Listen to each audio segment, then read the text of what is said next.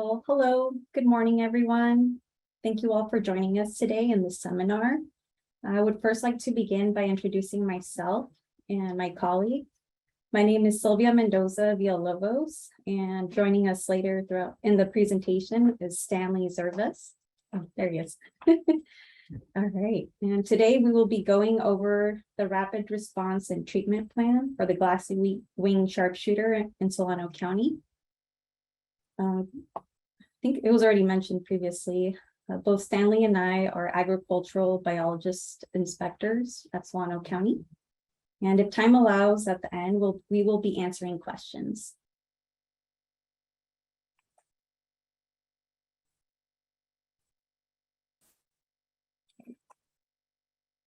All right, and just to clarify, throughout this presentation, we will be referring to the Glassy-Winged sharpshooter as GWIS. So if we're switching back and forth, just be aware of that. All right, so the Glassy-Winged sharpshooter, or GWIS, is a relatively large leafhopper. It's about 1/2 inch long. It has 3 life stages: egg, nymph, and adult, with the adults having very transparent wings with reddish bangs, hence the name Glassy-Winged.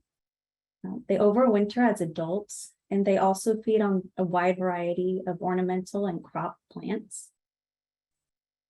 GWIS is a significant threat to California vineyards due to its ability to spread the bacterium that causes Pierce's disease on grapevines. I'm sure many of you are aware. Pierce's disease is a fatal disease of grapevines caused by a strain of the bacterium known as Xylella fastidiosa. All right, here we have the GWIS native range. GWIS is native to the southeastern United States and northeastern Mexico. GWIS was first reported in California in 1994, and it likely entered the state of California in the late 1980s as egg masses on ornamental plant foliage. Here is Solano County outlined, along with its neighboring and nearby counties.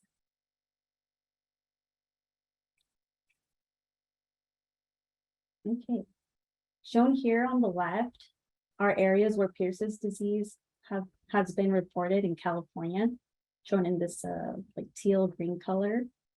And also that's including Solano right here. I know it's hard to see. The map on the right shows areas that are infested with GWIS in blue, eradicated areas in red. It just shows little dots here throughout the map, as well as counties at risk for Pierce's disease and or GWIS in green. It was difficult to see, but after zooming in into Solano County right here, you can see this little blue dot, which represents the GWIS infested area that's the most current at the moment.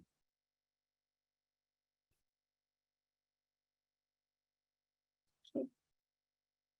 Due to the large host range, GWIS can also threaten a different number of other commodities, not just grapevines. So you can see here, almonds, nursery products, and alfalfa are examples of such commodities, which are also grown in our county. GWIS is a major pest of concern due again to its ability to spread the bacterium Xylella fastidiosa.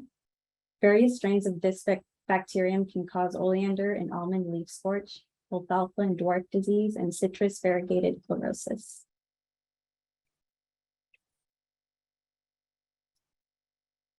All right, picture here, this star represents our find sites, which is surrounded, I'll explain here, all this purple are grape growing region areas.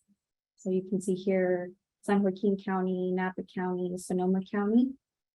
And this just represents all the surrounding grape growing county or locations. It's very close to our finds.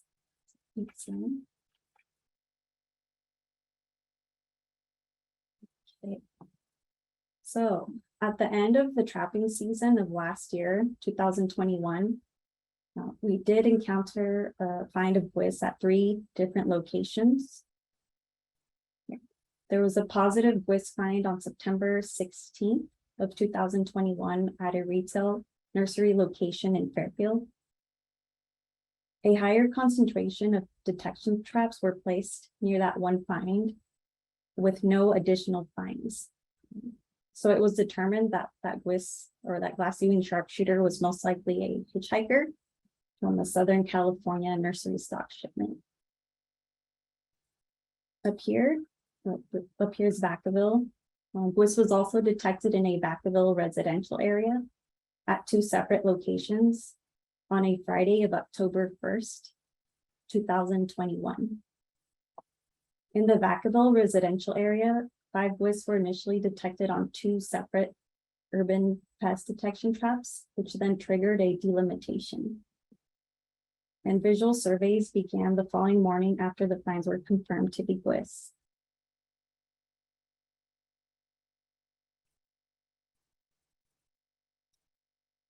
All right, these 2 dots here, they show the 2 locations of where the 5 glassy-winged sharpshooter adults were initially detected on October 1st of 2021.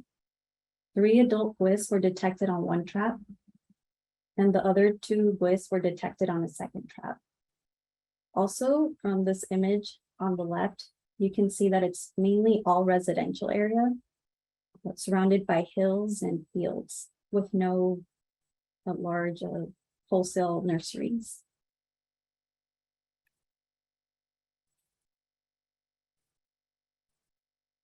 All right, again, here we can see the 2 locations of where GWIS was initially detected, with added quarter-mile radius circles for each location.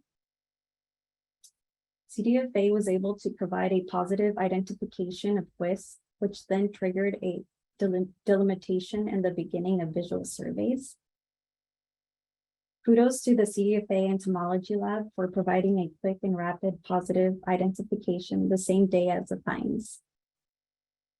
This then allowed the department to proceed and conduct visual survey inspections the following Saturday morning. I'd like to emphasize Saturday. We were out there on the weekend. It was evident that on the first day of visual surveys, we were going to need a tool to track the finds and surveys, as well as additional visual survey support. We were able to develop a GIS platform to track our data. Also, as you can imagine, there was an overwhelming quantity of properties that required visual survey inspections. And one of the major challenges we faced was covering those areas with just our staff numbers. So we would like to give a special thanks to the counties that came out to help.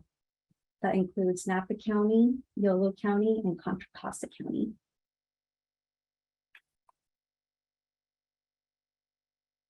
Okay, shown here are finds with quarter-mile radius survey circles from last year, October to December 2021. At this point in the project, we had detected 51 adults, 14 nymphs, and 55 egg masses.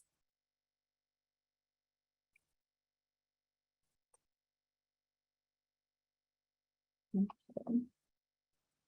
Here's just a snapshot of our most current visual survey radius circles, since we've had some expand a little south from where original finds were.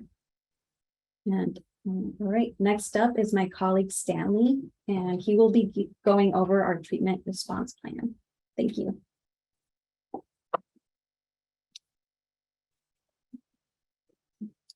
Okay, thanks, Silvia. Good morning, everybody. So the treatment protocol is one that's been used for many years throughout California on other finds. It's a joint program between CDFA, the County Ag Commissioners, and USDA. You'll see the categories it covers. For those of you who are grape growers and you pay your PD GWIS assessment amount, thank you, because that's what's funding all of this. It has been helpful for us when talking with homeowners and explaining why we're doing all this treatment to protect agriculture they'll ask me, why are we using tax dollars to protect Napa? And I can say, well, it's not tax dollars, it's industry dollars. Once the delimitation was complete, then the CDFA established a quarantine boundary. Remember, the fines are really in this neighborhood sort of here, but they drew a larger boundary. Luckily, nothing in there is commercial agriculture or nurseries, so we don't have to worry about the movement of fruit or plants in and out of there. For those of you who know Vacaville, that's the Nut Tree Shopping Center on I-80. That's right up in that corner there. Once that proclamation was made that we had an official emergency, that gives us the authority to come in and do the treatments and do what we need to do to get the eradication started. So the treatment plan is that any property where we find an active WIS, a live WIS, gets a foliar treatment. Also, adjacent properties get a foliar treatment. And then in addition, we do a soil applied treatment on those properties and any property within 150 meters. The idea there is we've surrounded the find with treated plants so that if it does attempt to move, it would get feed on a treated plant. Also, biocontrol, which we'll talk about later. Before this started, we did public meetings to talk to the neighborhoods to see, so they knew what was going on. This is an example of a foliar in a park. We use an outside pest control business that has a lot more experience in this than we do. But one of us is always with them to make sure we can deal with the public and to check and make sure they're doing the right thing and determine what plant is a host and what plant isn't. You'll see a yellow sticker trap right there. These are the products that we are using. Merit and Cortec are both imidacloprid products. You would probably know them as Admire or in the soil or Provato foliarly. Tempo is Baythroid, and Altus is something in agriculture called Silvanta, which I'm not that familiar with. We did find in doing those initial delims, especially that first Saturday, is that knocking on people's doors with a sweet net in your hand, they don't know who you are and they often don't answer the door, or they're quite confused. So we've moved more to an advanced notification that we are coming on such and such day. That gives people a chance to call in and discuss or schedule something that works for them. So right now, if you live in that neighborhood, you get a little posting saying, we're coming to treat. Please call us if you have questions. If we don't hear from you, then we assume that you consent to have us enter the property. Leave your back gates open, we'll come in and take care of it. Not everybody responds, and not everyone leaves their back gates unlocked. But so treatment progress. This is our GIS platform on the left. Anything that's brownish has been treated. Yellowish have received foliar and soil treatments. Red have received nothing. We'll come back to that later. This is an example. Well, it's a picture of a soil application. So the crew has a backpack full of solution with a hose going to a probe. The probe has holes in it. You stick it about 6 inches in the ground. A little pump, you pump, and you put the imidacloprid solution right in the root zone of the plant. The number of pumps and the number of pokes all depend on the diameter of the tree.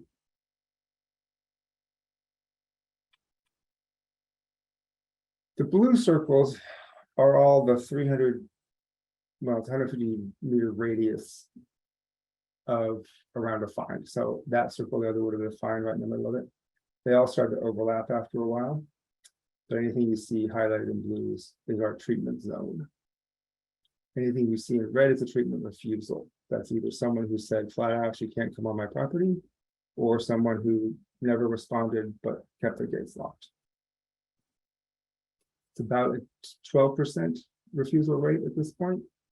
One of the reasons for these circles of treatment is we're trying to surround the GWIS vines and keep them contained while we then go in and speed out the last remaining ones. Areas where you have multiple properties backing up that have refused are of higher concern. We don't know if Bliss is hanging out there or not, but we do have traps surrounding them. Try to pick them up. The latest area Silvia mentioned has been this area down, this neighborhood here. They sort of crept a little bit south of the original find site.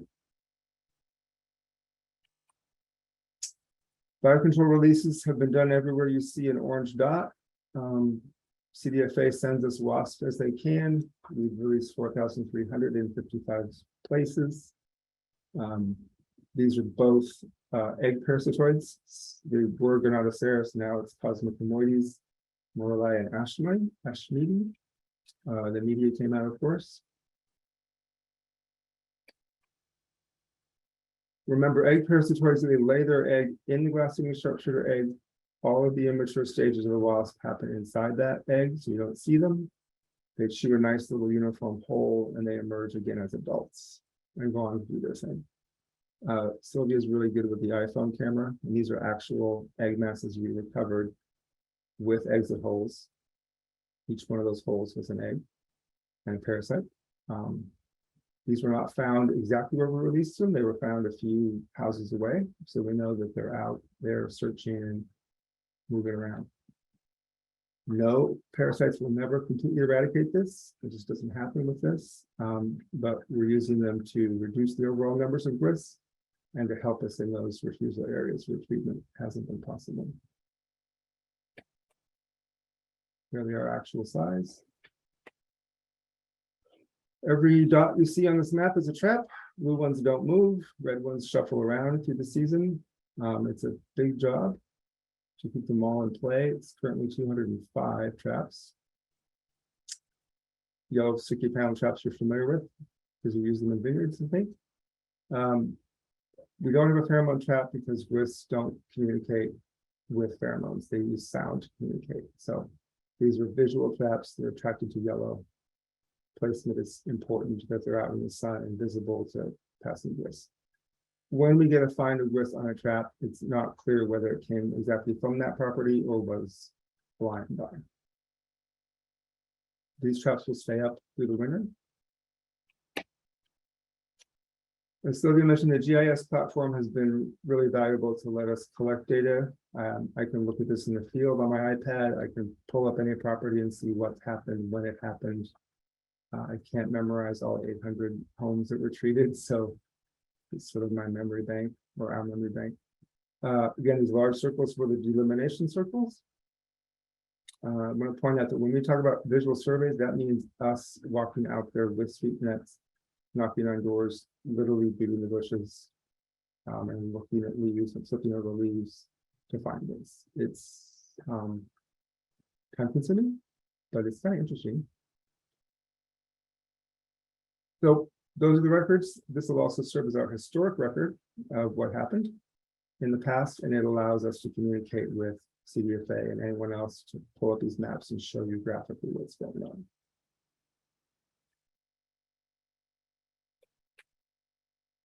This is just a graph of adults, both in traps and in survey. So this was our October of 21 last year, a big push where we found a lot. They go quiet in the winter. Wisps don't really hibernate, they just sort of hang out and feed a little bit and wait. There was a little bump of activity in late January, early February that coincided with the heat wave. Wisps overwinter as adults, emerge in the spring, lay eggs. This is really rough data, but I would guess that this is your first generation of adults coming out in June and your second generation coming out in September. So October 21, 48, October 22, 8. So not eradicated, but the numbers are moving in the correct direction. So what's next? This week, we're revisiting our refusal properties to talk with them and see, can we talk about this? We've had 4 people so far change their mind and say, yes, you can treat. We're also scheduling our next round of soil injections. So all properties treated in 2022, we're going to go back to all those with the soil applied treatment. Those soil treatments last longer and have less chance of exposure and are more acceptable to the public. We'd like to get them all done before bloom starts because these products have issues with bees, so we'll avoid the bees. And this year the traps stay up all winter. Normally we reduce the number of traps in the winter. So, questions? Thank you for that great presentation. I actually have a quick question. There are some questions in the Q&A, but how do you feel? We have the PD GWIS board that's able to offer funding for this quick response. How do you feel that's different than if PD GWIS board didn't exist? Your ability to respond, how much quicker do you feel that you're able to go after this invasive in comparison to if it did not exist, if the funding wasn't there? So when it came, this is a good story. My first day here at this department was the Monday following that Saturday. So they walked in and handed me a sweep net and said, get out there. It's time consuming. So everyone got pulled off of all of the programs to do GWIS, and other counties came to help us. That's a big hit to workflow and to budget. And I do remember the commissioner saying, well, just go do it. We'll ask you to do GWIS for the money, and the money's there.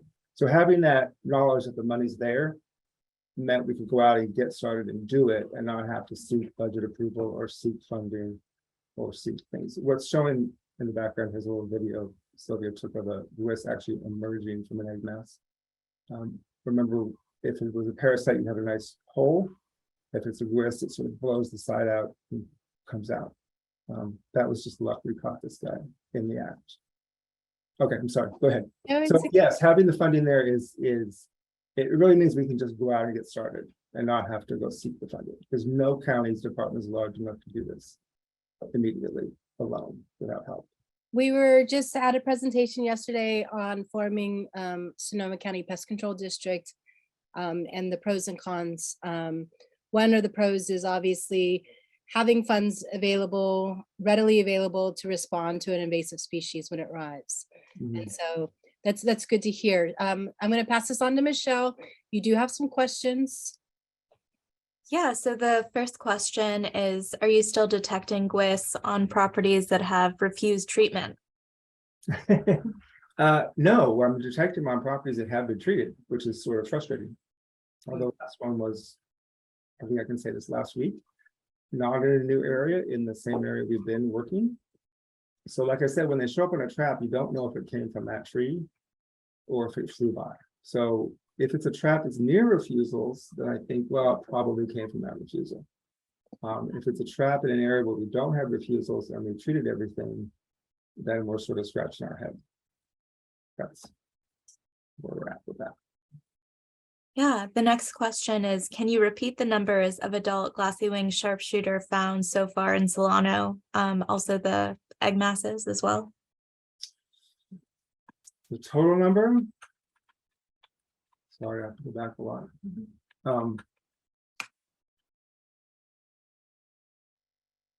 It's gonna take a while. It was a big push there in the beginning, as I said, and then it sort of trickles out. So this at the end of 21 was 51 adults, 14 and 65 egg masses. A lot of what we found in 2022 are old egg masses, because a lot of this is on citrus and that scar remains. So I find an egg mass that hatched out. I don't know when that hatched. Was it last week? Was it 6 months ago? So adults and nymphs are probably a better category. So I think our total number is 84 adults, 84 adults between last year and this year. Egg masses, it's a huge number if you're counting the historical, the ones that have hatched out already. Thank you. How do you avoid killing the parasitic wasps? They drink nectar and are being released into an area with flowering plants treated with systemic and foliar insecticides. It's a very good question. I try to release the parasites in areas where I haven't done foliar treatments or haven't had to need to do foliar treatments. Also, some of these refusal properties have allowed us to release parasitoids, so we'll release them on an area that's not treated.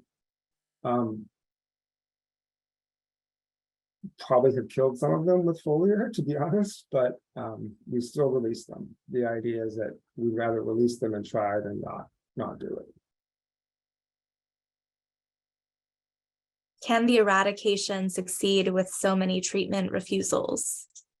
So other counties have gone through this whole process with before, and what they report is it sometimes takes a couple of years, but eventually they get eradicated. Eradicated for us means an entire trapping season where we don't trap them or don't find them.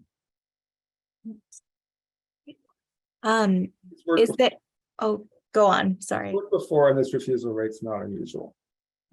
And CDFA does this because I think everyone can understand if you force your way in with the police beside you, it doesn't go well overall. And it's really much more effective to do things cooperatively.